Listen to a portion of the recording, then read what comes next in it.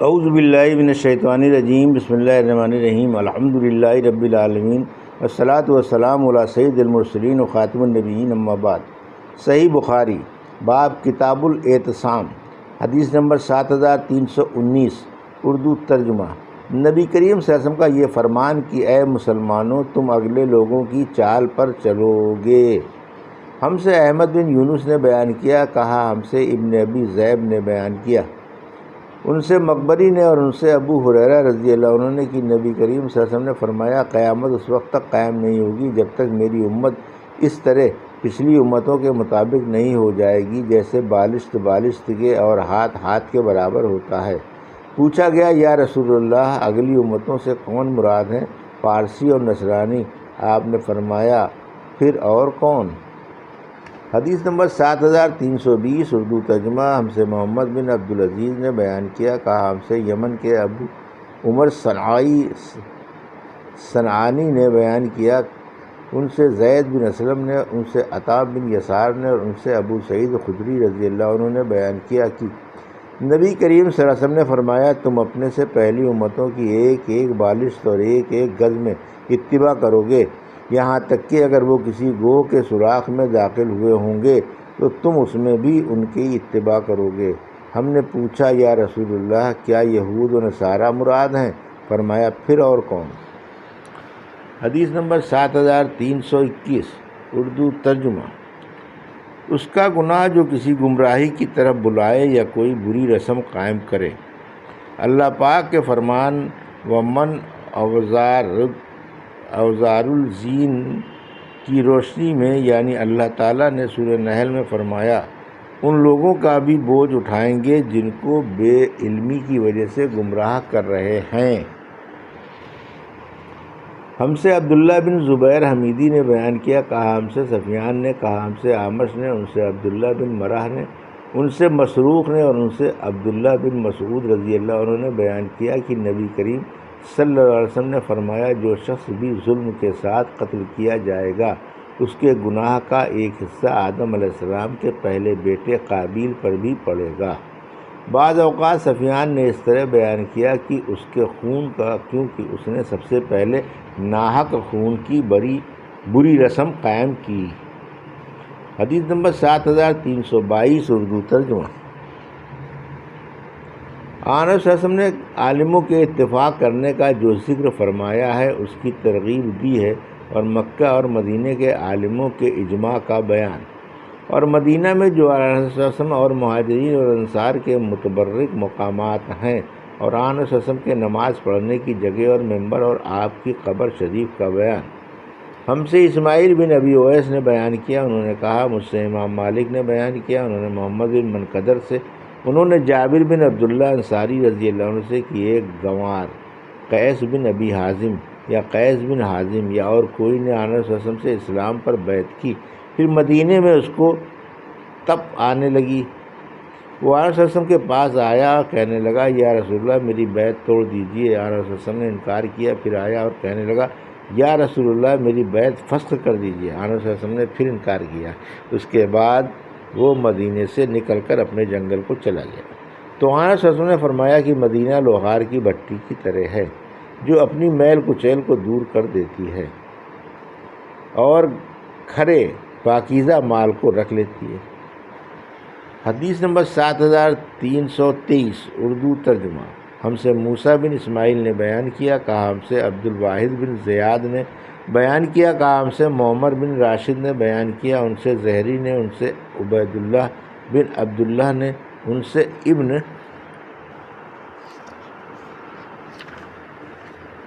عباس رضی اللہ عنہ نے بیان کیا کہ میں عبد الرحمن بن عوف رضی اللہ عنہ کو قرآن مجید پڑھایا کرتا تھا۔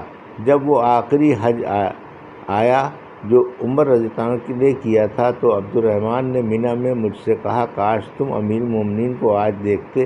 جب ان کے پاس ایک شخص آیا اور کہا کہ فلاں شخص کہتا ہے کہ اگر امیر المومنین کا انتقال ہو جائے تو ہم فلاں سے بیعت کر لیں گے۔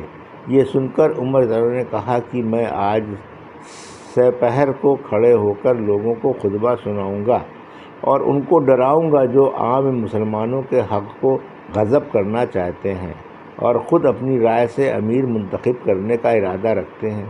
میں نے عرض کیا کہ آپ ایسا نہ کریں، کیونکہ موسم حج میں ہر طرح کے ناواقف اور معمولی لوگ جمع ہو جاتے ہیں۔ یہ سب کثرت سے آپ کی مجلس میں جمع ہو جائیں گے اور مجھے ڈر ہے کہ وہ آپ کی بات کا صحیح مطلب نہ سمجھ کر کچھ اور معنی نہ کر لیں اور اسے منہ در منہ اڑاتے پھریں۔ اس لیے ابھی توقف کیجیے، جب آپ مدینے پہنچیں جو دارالحجرات ہے اور دارالسنا ہے تو وہاں آپ کے مخاطب رسول اللہ صلی اللہ علیہ وسلم کے صحابہ، مہاجرین، انصار، خالص ایسے ہی لوگ ملیں گے۔ وہ آپ کی بات کو یاد رکھیں گے اور اس کا مطلب بھی ٹھیک بیان کریں گے۔ اس پر امیر المومنین نے کہا کہ واللہ میں مدینے پہنچ کر جو پہلا خطبہ دوں گا اس میں اس کا بیان کروں گا۔ ابن عباس رضی اللہ عنہ نے بیان کیا کہ پھر ہم مدینے آئے تو حضرت عمر رضی اللہ عنہ جمعے کے دن دوپہر ڈھلے برآمد ہوئے اور خطبہ سنایا۔ انہوں نے کہا اللہ پاک نے حضرت محمد صلی اللہ علیہ وسلم کو سچا رسول بنا کر بھیجا اور آپ پر قرآن اتارا۔ اس قرآن میں رجم کی آیت بھی تھی۔ حدیث نمبر 7324 اردو ترجمہ۔ ہم سے سلیمان بن حرب نے بیان کیا، کہا ہم سے حماد بن زید نے، ان سے ایوب سختیانی نے، ان سے محمد بن سیرین نے بیان کیا کہ ہم ابو ہریرہ رضی اللہ عنہ کے پاس تھے اور ان کے جسم پر کتان کے 2 کپڑے گیرو میں رنگے ہوئے تھے۔ انہوں نے انہی کپڑوں میں ناک صاف کی اور کہا واہ واہ، دیکھو ابو ہریرہ کتان کے کپڑوں میں ناک صاف کرتا ہے، اب ایسا مالدار ہو گیا۔ حالانکہ میں نے اپنے آپ کو ایک زمانے میں ایسا پایا ہے کہ میں رسول اللہ صلی اللہ علیہ وسلم کے ممبر اور عائشہ رضی اللہ عنہا کے حجرے کے درمیان بے ہوش ہو کر گر پڑتا تھا اور گزرنے والا میری گردن پر یہ سمجھ کر پاؤں رکھتا تھا کہ میں پاگل ہو گیا ہوں۔ حالانکہ مجھے جنون نہیں ہوتا تھا، بلکہ صرف بھوک کی وجہ سے میری یہ حالت ہو جاتی تھی۔ حدیث نمبر 7325 اردو ترجمہ۔ ہم سے محمد بن کثیر نے بیان کیا، کہا ہم کو سفیان ثوری نے خبر دی، ان سے عبد الرحمن بن عابس نے بیان کیا، کہا کہ ابن عباس رضی اللہ عنہ سے پوچھا گیا کہ کیا آپ نبی کریم صلی اللہ علیہ وسلم کے ساتھ عید میں گئے ہیں؟ کہا کہ ہاں، میں اس وقت کم سن تھا۔ اگر آن صلی اللہ علیہ وسلم سے مجھ کو اتنا نزدیک کا رشتہ نہ ہوتا اور میں کم سن نہ ہوتا تو آپ کے ساتھ کبھی نہیں رہ سکتا تھا۔ آن صلی اللہ علیہ وسلم گھر سے نکل کر اس نشان کے پاس آئے جو کثیر بن سلط کے مکان کے پاس ہے اور وہاں آپ نے نماز عید پڑھائی، پھر خطبہ دیا۔ انہوں نے اذان اور اقامت کا ذکر نہیں کیا۔ پھر آپ نے صدقہ دینے کا حکم دیا تو عورتیں اپنے کانوں اور گردنوں کی طرف ہاتھ بڑھانے لگیں زیوروں کا صدقہ دینے کے لیے۔ اس کے بعد آن صلی اللہ علیہ وسلم نے بلال رضی اللہ عنہ کو حکم دیا، وہ آئے اور صدقے میں ملی ہوئی چیزوں کو لے کر آن صلی اللہ علیہ وسلم واپس گئے۔ حدیث نمبر 7326 اردو ترجمہ۔ ہم سے ابو نعیم نے بیان کیا، ہم سے سفیان بن عینیہ نے بیان کیا، ان سے عبداللہ بن دینار نے اور ان سے ابن عمر رضی اللہ عنہ نے کہ نبی کریم صلی اللہ علیہ وسلم نے قباء میں تشریف لاتے تھے، کبھی پیدل اور کبھی سواری پر۔ حدیث نمبر 7327 اردو ترجمہ۔ ہم سے عبید بن اسماعیل نے بیان کیا، کہا ہم سے ابو اسامہ نے بیان کیا، ان سے حشام بن عروہ نے، ان سے ان کے والد نے اور ان سے عائشہ رضی اللہ عنہا نے کہ انہوں نے عبداللہ بن زبیر رضی اللہ عنہ سے کہا تھا کہ مجھے انتقال کے بعد میری سوکنوں کے ساتھ دفن کرنا، آن صلی اللہ علیہ وسلم کے ساتھ حجرے میں دفن مت کرنا، کیونکہ میں پسند نہیں کرتی کہ میری آپ کی اور بیویوں سے زیادہ پاکی بیان کی جائے۔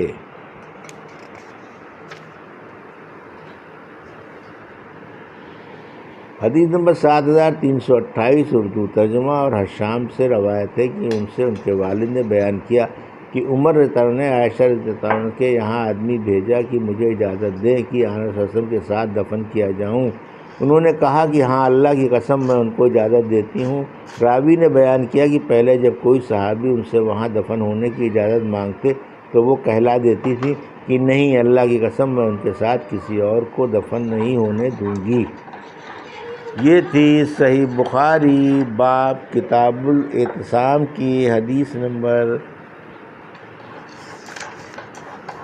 7319 سے 7328 کا اردو ترجمہ جو بھی آپ نے سماعت فرمایا۔ اللہ سے دعا ہے کہ اللہ میں حدیثوں کی صحیح سمجھ عطا فرما اور ان پر عمل کرنے کی توفیق عطا فرما، آمین یا رب العالمین۔